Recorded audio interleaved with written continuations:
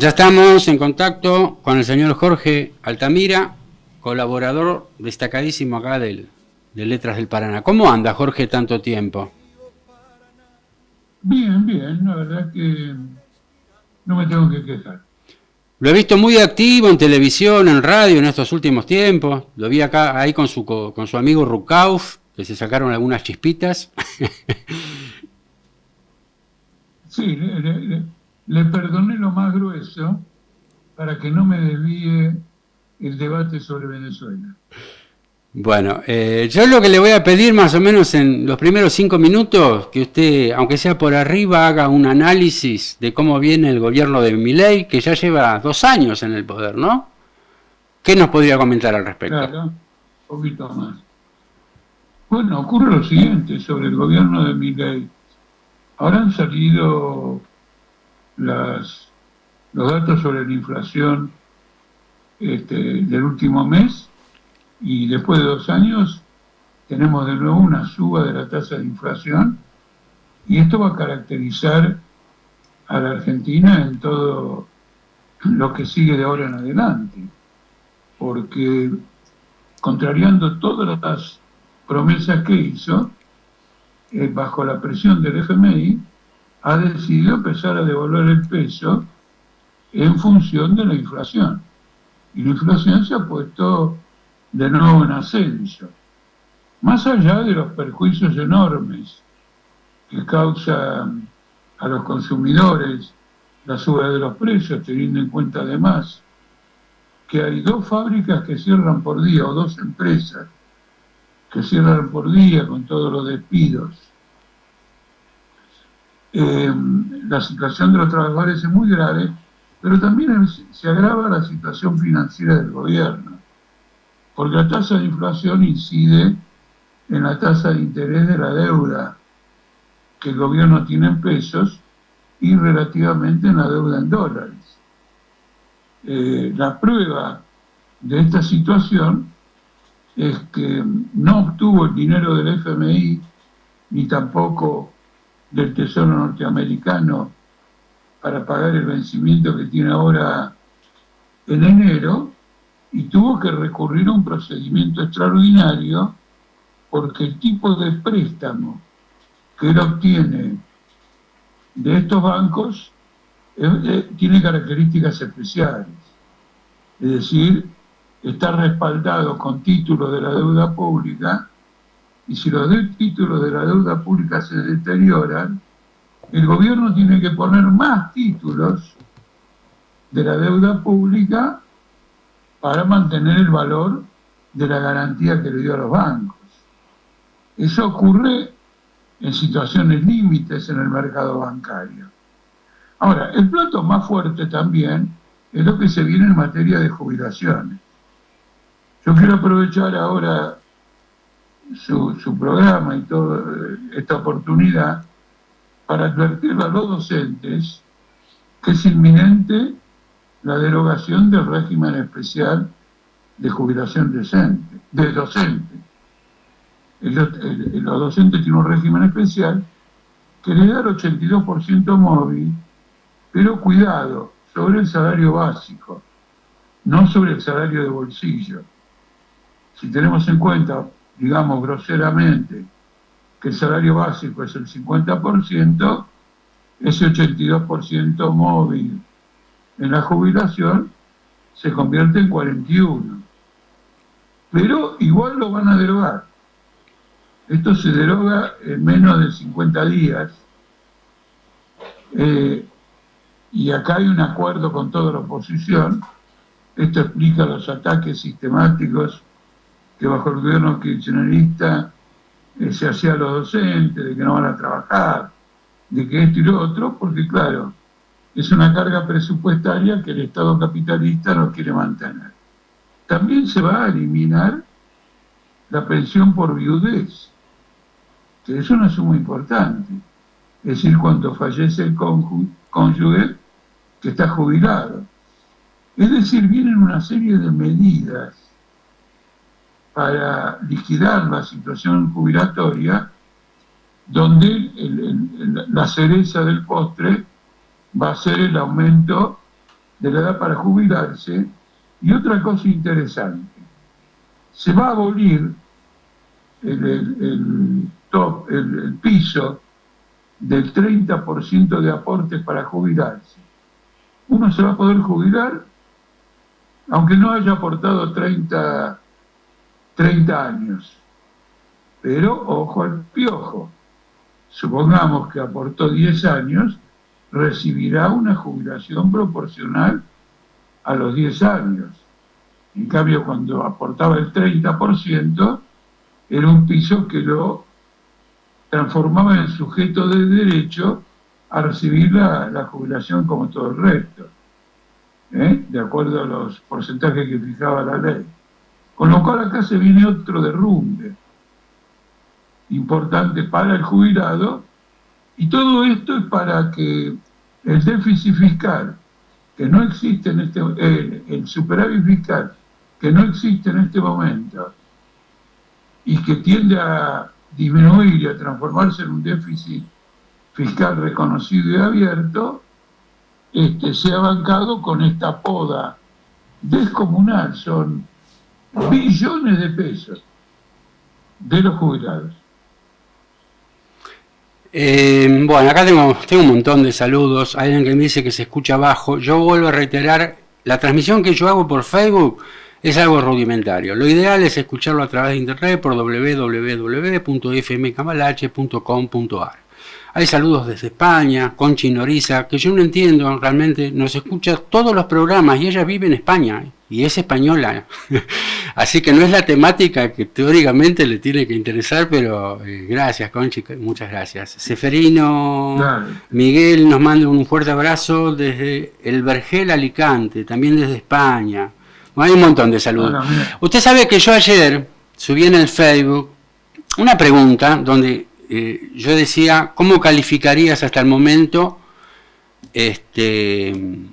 cómo ha actuado la oposición, es decir, el peronismo con respecto al gobierno de Milei? Bueno, yo no le voy a decir cuáles son los comentarios, pero sí me gustaría saber su definición de cómo ha actuado en su rol de opositor el mayor partido de la oposición, que es el peronismo hasta el momento. ¿Cómo lo considera usted? Mire, acá hay una repetición, ¿no es cierto?, multiplicada por el número que usted quiera, de la conducta que tuvieron con Macri. Yo recuerdo un programa de televisión, había diversos políticos que le criticaban a Macri no tener más muñeca política. Sin embargo, Macri, en sus primeros 2 años de gobierno, hizo pasar todas sus leyes,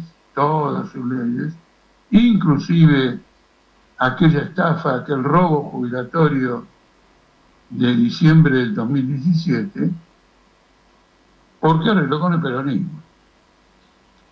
Y este peronismo que arregló con Macri, después tuvo la ventaja de presentarse como alternativa a Macri en el 2019. Entonces fíjese qué situación tan torpe, tan grave. El colaborador con Macri se presenta como una alternativa. Alguna gente lo vio como tal porque la debacle de Macri era completa. Milei ha conseguido mucho más que Macri. Milei hizo pasar todo, en algunos casos por medio de leyes, en otros casos por medio de decretos, y en otros casos cuando fracasaron los vetos de él a las leyes, ignorando poner en práctica la consecuencia de esa ley, como está ocurriendo con la atención a las personas discapacitadas. Y no se ha movido nadie en el campo de la oposición, absolutamente nadie, y en el peronismo se sigue discutiendo cómo nos reestructuramos frente a los nuevos desafíos. Esto es un escándalo.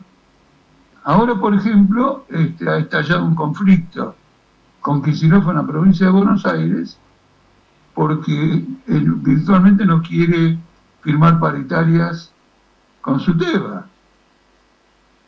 Y entonces hay un principio de discusión de no inicio de las clases. no contra Milei, contra Kicillof. Entonces es una situación potencialmente explosiva, porque el aparato del Estado no está funcionando y todos los vacíos los llena Milei, que con la ayuda que le dio el secretario del Tesoro norteamericano y Trump, logró impedir la debacle financiera de octubre pasado y ganó las elecciones, claro, con una abstención fenomenal. Entonces nosotros, objetivamente, Milei tiene que decir: he tenido un éxito bárbaro porque he impuesto mi política. No me importa el daño que haga, he impuesto mi política, he serruchado todos los gastos que son posibles y los que faltan los voy a serruchar ahora para tener un presupuesto funcional a la acumulación capitalista y no funcional a los derechos sociales que han conquistado los trabajadores en el curso de décadas y décadas. Eso lo puede anotar. Y los demás van a la rastra. Y yo le voy a decir esto en forma contundente para que no quede ninguna duda. El peronismo apoya esta política porque entiende que Milei está haciendo el trabajo sucio que el peronismo mismo no quiso o no pudo hacer. Y entonces, en un estado mental o políticamente mental absurdo, dice: vamos a tratar de gobernar a partir del 2027 con un Estado saneado por Milei. Esta perversidad lógica es la que guía al peronismo, la que guía a Kicillof. ¿Entienden dónde está la perversidad? Jodemos al pueblo, pero que lo haga el otro este daño. Que lo haga el otro. Porque además a nosotros nos viene bien porque vamos a gobernar supuestamente con un presupuesto saneado. Es un idiotez lo que están diciendo, porque el presupuesto está afectado de una forma definitiva y irreversible por un nivel de endeudamiento extraordinario, que es de 300.000 millones de dólares en pesos en la deuda pública interna y arriba de 250.000 millones de dólares en lo que tiene que ver con acreedores privados internacionales, Fondo Monetario Internacional, etcétera, y no estoy contando a las provincias ni a los municipios, ni estoy contando la deuda privada, que en realidad uno la tiene que contar porque desde el momento en que las reservas internacionales son manejadas por el Banco Central, en cierto modo la deuda privada depende de la capacidad del Estado de ofrecer esos dólares para pagarla. Así que es un país endeudado hasta la coronilla y por lo tanto quebrado, que vive bajo un pulmotor. Y la función del peronismo es acompañar este proceso y tratar de sobrevivir para ver si un colapso lo coloca como una alternativa. Esto es una lucha política inmensa que tenemos por delante. Gran parte de ella la hemos dado, porque creo que nadie se da cuenta de lo que hemos avanzado en la apreciación positiva de la opinión pública. Eso es muy importante, y también entre los trabajadores. Y en un momento va a haber un giro de 180 grados en donde esa apreciación se va a transformar en una participación popular inmensa, en luchas, huelgas en las calles. Quedan 30 minutos de programa y yo tengo dos preguntas de oyentes que quizás queden como descolgadas con los temas que venimos tratando, pero bueno, yo trato de cumplir, ¿no?, con las expectativas de la gente. Así que ahí utilizaremos 10 minutos, no creo que más de eso, y después vamos a pasar a la parte de la actualidad internacional, que es lo que le gusta mucho a la gente de acá, oyentes de Letras del Paraná, ¿no?, que usted nos aclare un poco el tema. Tengo una pregunta que es de Nahuel de Avellaneda, que dice: si al final el Partido Obrero nunca llamó a votar a Chávez, ¿alguna vez ustedes llamaron a votar a Chávez o cómo fue su posición al respecto, Altamira? Nosotros tuvimos una gran intervención con Chávez en dos grandes ocasiones. La primera fue el golpe de Estado de abril del 2002. Chávez fue secuestrado por los golpistas hicieron jurar un gobierno, y por esos días había una marcha piquetera, obrera, en Buenos Aires, en el barrio de Saavedra, por la zona que divide Cabildo de Maipú, en la zona de la General Paz. Inmediatamente derivamos la marcha hacia la Embajada de Venezuela para ver el apoyo al gobierno que estaba siendo perjudicado por una actividad golpista. ¿No es cierto? Ese fue nuestro apoyo. Del mismo modo que nosotros hoy atacamos a Trump por el asalto militar a Venezuela, sin apoyar a Maduro, inclusive porque es imposible apoyarlo cuando uno tiene presente que estuvieron 2 meses negociando esta salida con Trump. Pero ustedes nunca llamaron a votar por Chávez, entonces, que es lo que está preguntando acá el oyente. No, y le voy a decir 2 cosas. A su vez, en diciembre del mismo año 2002, esto hay que recordarlo ahora porque es oportuno, toda la clase capitalista de Venezuela declaró un lockout. Toda. Entonces, por ejemplo, había colas de kilómetros y kilómetros en las estaciones de servicios y las empresas estaban cerradas. Y nos pareció un colapso. Ahí fui enviado por el Partido Obrero para apoyar la lucha contra este lockout patronal directamente en Venezuela. ¿Qué quiere decir? Que al estar en Venezuela participé de actos públicos, hablé en numerosos lugares, tuve reuniones con obreros petroleros de PDVSA, también en el estado de Valencia, en el estado de Carabobo, en la ciudad capital Valencia, tuve numerosas reuniones con, digamos, la central sindical de ahí, actividades, y ahí donde me invitaban hacia un ataque al boicot petrolero. Ahora, le voy a contar algo que no sé, creo que no lo señalé públicamente nunca. En esa ocasión, el gabinete económico de Chávez me invitó a una reunión. Es decir, yo iba caminando con un sindicalista por Caracas y el sindicalista me dice, mira, me llaman del gabinete económico que quieren reunirse. Bueno, yo fui a la reunión, es interesante. ¿Cuál era la razón? La razón por la que querían la reunión es que se había producido un vaciamiento empresarial enorme porque los capitalistas cerraron todas las puertas. Entonces el gobierno las iba a abrir. Y eso se parecía a lo que vivimos nosotros en el 2001, 2002, con los vaciamientos de empresas, en donde yo había tenido una gran participación, era legislador en la capital, y bueno, presenté proyectos, en los casos de Bruckmann, Grisinópolis, etcétera, que luego fueron discutidos y votados, y hubo otros proyectos, y las empresas pasaron a ser dirigidas por los obreros, en lo que se llamó finalmente empresas recuperadas. Querían conocer si se podía hacer lo mismo en Venezuela.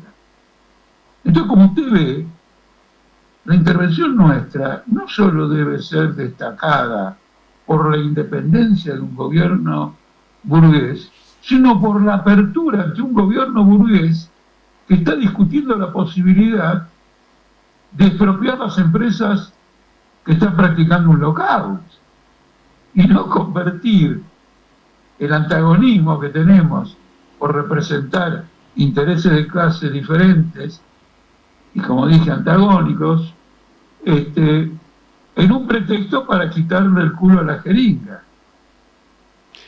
Acá hay los planteamientos. Acá hay una... cierre nomás, cierre su concepto. No, simplemente decirles que en su mayoría los planteos que yo llevé no se aplicaron como yo entiendo que deben ser aplicados. Porque acá hay un comentario interesante que está haciendo un oyente, Almerio Guerreiro Méndez, que es, cuando usted estaba hablando de lo que sucede en el país, que dice, para trabajadores nada, todo para acumulación. Si es endeudamiento financiero, le toca moverse con default, derrumbe total sin salida. ¿Usted coincide con el pronóstico de Almerio? Perdón, salimos de lo que estábamos hablando recién. Sí, sí, sí.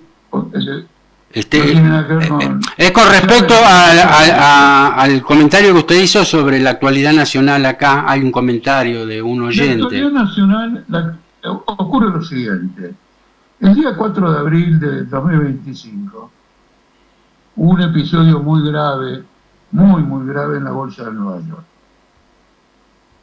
Trump había largado la guerra arancelaria y se produjeron una serie de derrumbes financieros, inclusive en algunos puntos neurálgicos en los que eso no había ocurrido, de modo que ciertos sectores financieros que eran zonas de refugio entraron en un proceso de quiebra, y la misma noche del 4 de abril Trump anuncia que levanta las medidas que anunció.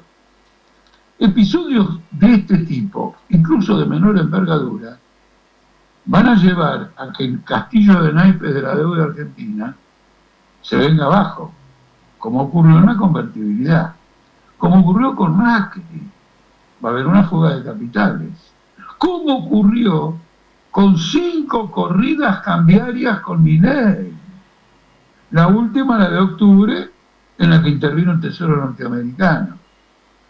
Entonces, hay dos formas de ver estos fenómenos. Che, un día el sismo de 2, el otro día el sismo de 3, de 4, de 5, y el que dice, bueno, acaba de haber un terremoto terrible. Y el otro que dice, bueno, sismos hay, siempre hubo, los capitalistas se arreglan. En un análisis que es un análisis incorrecto, o como hay una palabra más adecuada para eso, que consiste en lo siguiente: acá no solo se trata de cuentas entre capitalistas, todo esto afecta el modo de vida de las masas. Por ejemplo, a través de los años, hoy un obrero, un trabajador, un empleado de Argentina se encuentra progresivamente, a través de un proceso progresivo, en la peor situación social. Uno me dice, no, pero en enero de 2001 estuvieron peor. Sí, en enero de 2001. Pero fue un episodio, exactamente un sismo, dentro de una tendencia. Se levantó la situación, pero esa tendencia continuó, y esas crisis financieras son las que sacuden a la población. En este momento tenemos el levantamiento popular más grande de la historia de Irán. Bueno, no el más grande, porque el más grande fue con la revolución que llevó a este régimen al gobierno. Pero uno de los más grandes de Irán, porque se produjo un rodrigazo. El dólar aumentó un 500%. Los precios se fueron al diablo. Y usted lo está viendo en Irán. Bueno, acá va a pasar exactamente eso. Mejor dicho, no es que va a pasar, está pasando todo el tiempo, lo contienen de alguna u otra manera.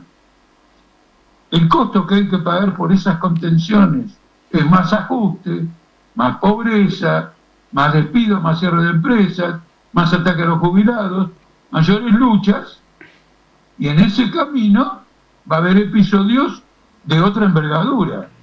Eso lo entiende cualquiera que tenga ya una experiencia de vida mínima, ¿no es cierto? No tiene que ser un adulto mayor. Y eso es sencillísimo. Ninguna de las causales de los derrumbes financieros de Argentina han sido erradicadas por Milei.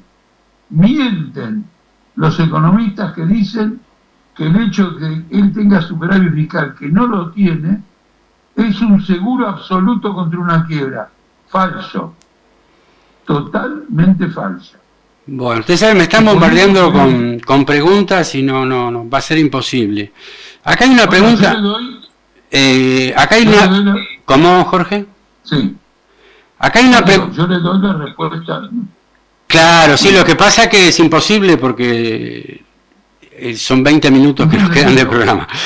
Usted sabe que acá tengo una pregunta que nos remonta más atrás en la historia, porque a veces es difícil saltar de un tema al otro, pero bueno, son preguntas de los oyentes, que esta es de Eduardo Cosi, de zona norte de Florida. Bueno, que mande saludos, bueno, esto es otra cosa. Le dice que cuente cómo la Revolución Rusa se inició por un paro y huelga del movimiento de mujeres y que el partido bolchevique llamó a no reconocerlo como legítimo. Pero que luego el mismo partido bolchevique traicionó ese movimiento aprovechando y colocándose en el poder, un poder patriarcal. ¿Usted coincide con cómo narra los hechos? No solo que no coincido, sino que es un verso absoluto, pero no puedo desarrollar una crítica en este programa.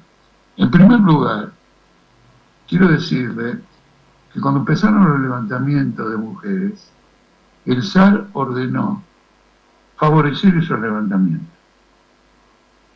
porque él quería liquidar de una vez y para siempre el movimiento de oposición a la guerra, porque la guerra continuaba y había que llevarla hasta el final. Eso está documentado hasta... no se imaginen cuántas fuentes, todo eso está documentado. Entonces no los bolcheviques, todos los partidos de izquierda y todos los partidos democráticos intervinieron, y yo voy a hacer una aclaración, diciendo no caigamos en la provocación del zar. ¿De acuerdo?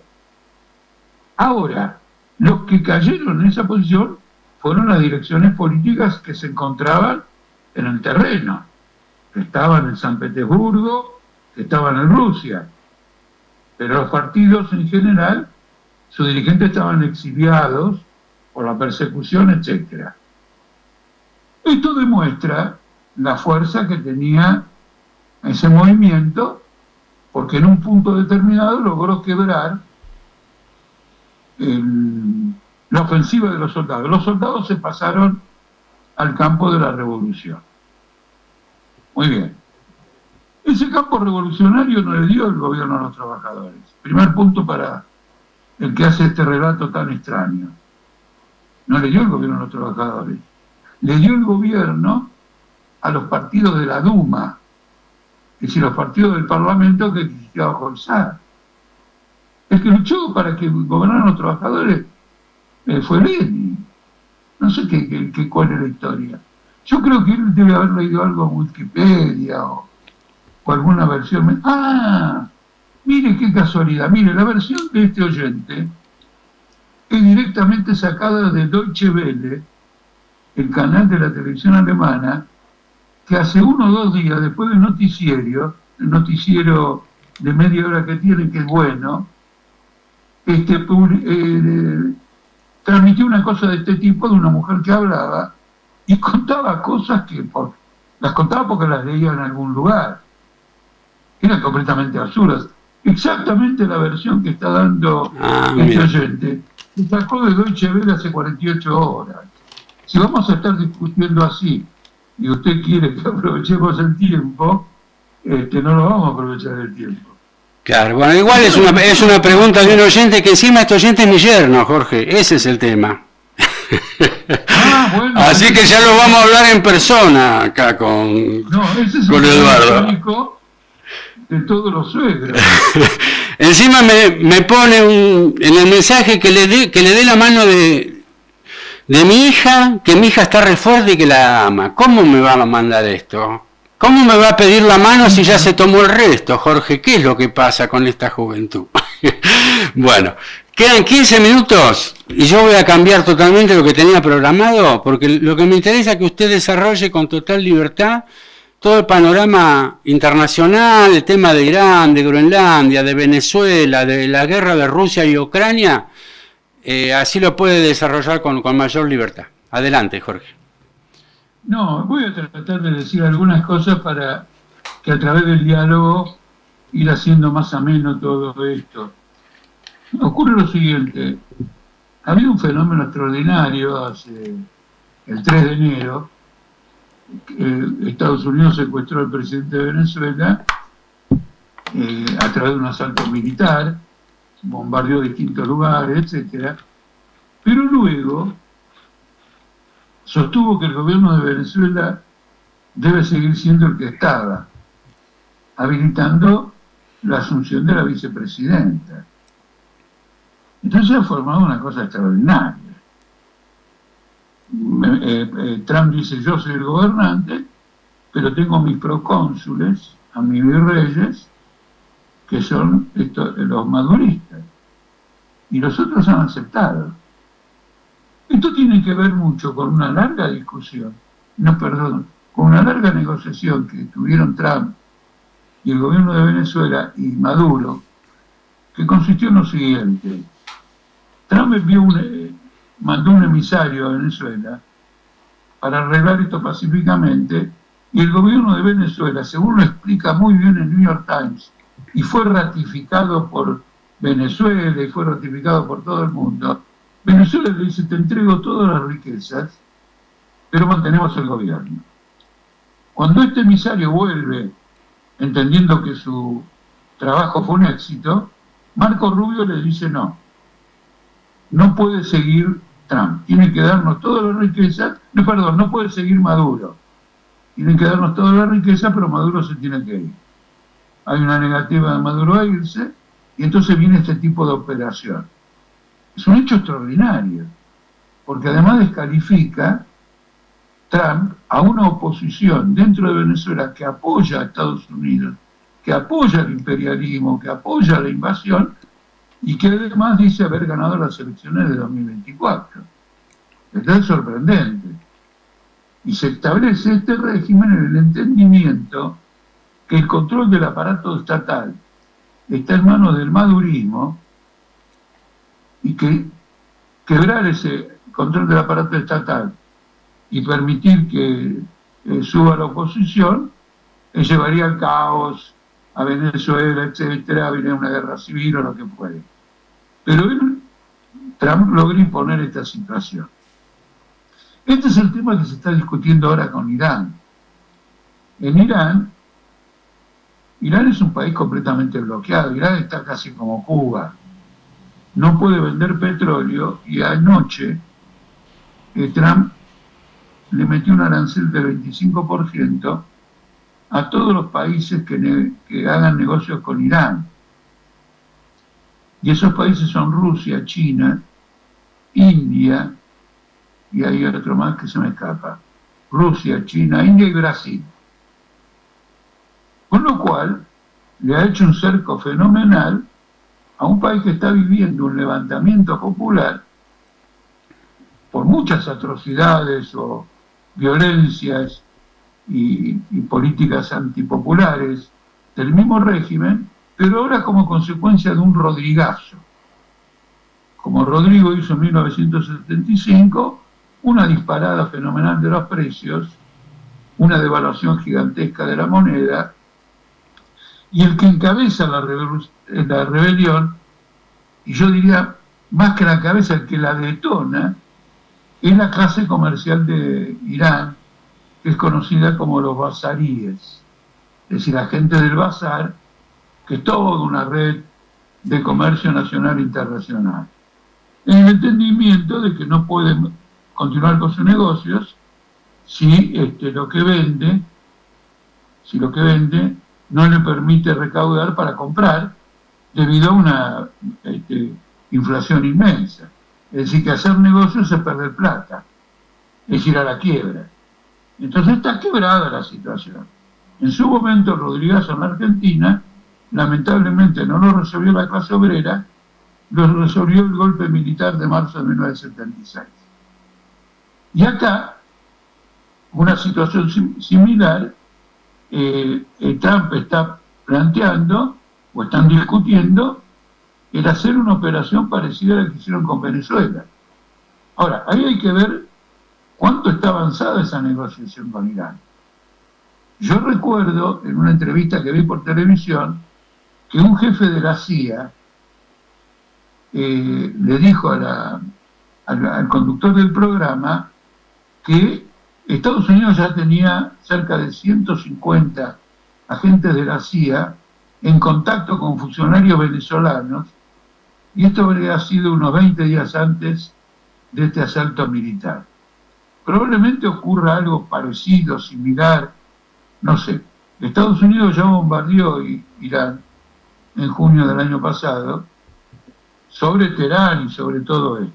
Es decir, está buscando aprovechar que el desenlace de esta crisis política, por esta rebelión, por este caos económicos, derive en una mayor supremacía del imperialismo norteamericano del Medio Oriente. Ahora, yo acá sí lo voy a cortar, Jorge, para meterle una preguntita, porque vio que en estos días se le complicó un poco a Trump por el tema de que ahora cualquier intervención o operación militar tiene que ser aprobado por el Congreso. ¿Eso va a influir en este plan que tiene Trump expansionista, intervencionista, no, o usted cree que lo va a pasar por encima también? No, lo va a pasar por encima porque esto ya existe. El Congreso hace varios años que estableció esto debido a la cantidad de operaciones militares que se hacían sin autorización del Congreso. Y él hizo lo de Venezuela y el Congreso fue complaciente porque lo de Venezuela duró como 2 meses. ¿Cuánto hace que está la flota ahí en el Caribe matando pesqueros o barquitos o botes o lo que sea? 100 muertos, 100 asesinados extrajudiciales. Y el Congreso estaba mirando para arriba. Todo esto es una gran hipocresía. Esto es una demostración, sí, de la quiebra del Estado norteamericano. Porque en realidad Trump es un gobierno constitucional que gobierna con método de facto. Por ejemplo, la muerte de esta mujer en Minneapolis, porque tiene que ver con el hecho de que manda a la Guardia Nacional a estados, en este caso el de Minnesota, la mandó a Chicago del estado de Illinois, la mandó a Los Ángeles del estado de California, contrariando la primacía que tiene el gobernador de sus estados de decir si quiere o no quiere la Guardia Nacional. Y dice, a mí me importa un bledo lo que decís vos, te meto a la Guardia Nacional. Todo es inconstitucional. Trump ha intentado un golpe de Estado hace 5 años, en el 2021. Sí, justo, 5 años. Ha intentado un golpe de Estado. Entonces, de alguna manera, es interesante que hayamos entrado en esto, porque el régimen político de Estados Unidos no puede evitar las consecuencias de lo que está haciendo en el resto del mundo. Es decir, cuando un país oprime a otros países, no es para tener en libertad el propio país. Y cuando ejerce la violencia, como la ha ejercido en Irak y en tantos lugares, etc. Lo de Irán es la culminación del genocidio en Gaza y en Cisjordania, al cual hay que agregar los bombardeos al Líbano, la destrucción de Hezbollah, el derrocamiento a través de una fuerza armada por Turquía y Estados Unidos que pertenecía a Al-Qaeda, el derrocamiento de Bashar al-Assad en Siria, como consecuencia de eso el alejamiento de Rusia de Siria. Es decir, esta es la culminación de una limpieza del terreno del Medio Oriente por parte del imperialismo mundial impresionante. Hoy Israel comanda la situación como subrogante de Estados Unidos, y Trump mismo dice que se va a convertir a Gaza en un protectorado bajo la presidencia de él. Y él mismo dice que él es el que gobierna Venezuela. Entonces la trama de una guerra mundial, usted la ve muy claramente. En el caso de Groenlandia... A eso le iba yo también. Le quería preguntar, ¿a usted le parece que Europa va a permitir que cumpla su propósito Trump de apoderarse de Groenlandia? La palabra permitir es muy compleja. Por ahora lo permite.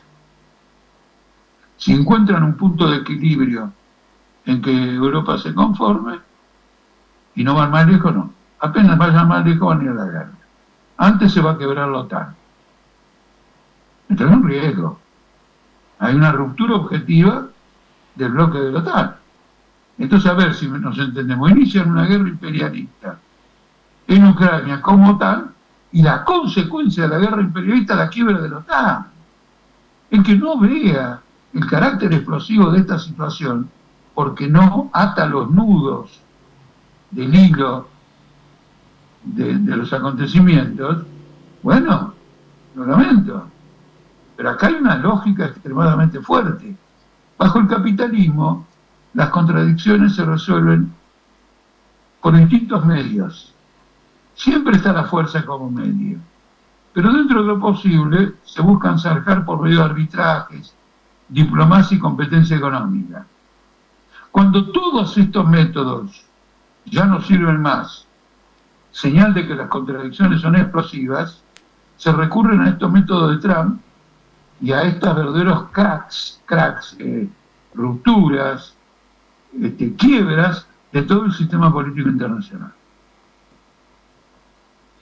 Acá a ver, le quiero decir una cosa, Ángel, mire, le digo algo que es muy interesante. Trump publicó, como hacen todos los presidentes cuando inauguran su mandato, una declaración de seguridad nacional. Y en la primera página de la declaración dice: hemos fracasado. Todo lo que hemos hecho hasta ahora ha sido un fracaso, tenemos que dar vuelta a la tortilla. Acá tengo... Para transmitirle, termine su concepto. Es brutal. Que acá tengo una inquietud de un oyente, a ver si usted se la quiere responder, porque igual quedan 4 minutitos, así que creo que va a haber tiempo. De Seba Fernández, dice: ¿por qué la izquierda no se muestra como un faro para la clase obrera? ¿Falta alcance para llegarle los planteos a los trabajadores? Y bueno, después pregunta, ¿qué importancia tiene Taiwán en las fabricaciones de semiconductores? Son 2 preguntas. Bueno, no. Es difícil saltar. Son preguntas de tipo más bien estratégicas, y además esto del faro, es decir, ¿quién es un faro? Nadie es un faro de nada. Lo que quiero decir es lo siguiente: lo que tenemos que ver es si la izquierda, y en este caso político obrera, tiene una comprensión de la realidad adecuada, algo que se puede verificar siguiendo los acontecimientos, si confirman o no los pronósticos. Cuando Rusia invadió Ucrania, dijimos, empezó la guerra mundial. Naturalmente que nos hubieron críticas de todo tipo, y alguna gente creía que debíamos hacer control de alcoholemia. Ahora se están alineando todos en esta caracterización. Fíjese, es más, para nosotros tiene importancia todo esto, porque directamente se reía al decir que la guerra de Ucrania iba a afectar a América Latina. Claro que le iba a afectar, dijimos. Y mostramos los canales. Y hoy América Latina se ha convertido en uno de los epicentros. En Europa están diciendo que el epicentro está en América Latina. Con lo cual, toda esta izquierda que le busca la pata de la estabilidad del capitalismo, acá no pasa nada, esto y todo lo demás, que es la inmensa mayoría de la izquierda mundial, ha fracasado y es un obstáculo. Nosotros somos conscientes de este fracaso, nos apartamos completamente y combatimos esta adaptación al sistema capitalista, a sus instituciones, el kirchnerismo abierto del FITU, ¿no es cierto?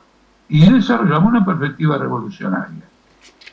Esto requiere mucho trabajo, requiere situaciones cada vez más comprometidas para el régimen existente, desafíos que se van a ir presentando, pero la historia de la crisis mundial del capitalismo y de los partidos que han intervenido en ella es una historia larga y es compleja, porque esto no es apagar una velita el día del cumpleaños.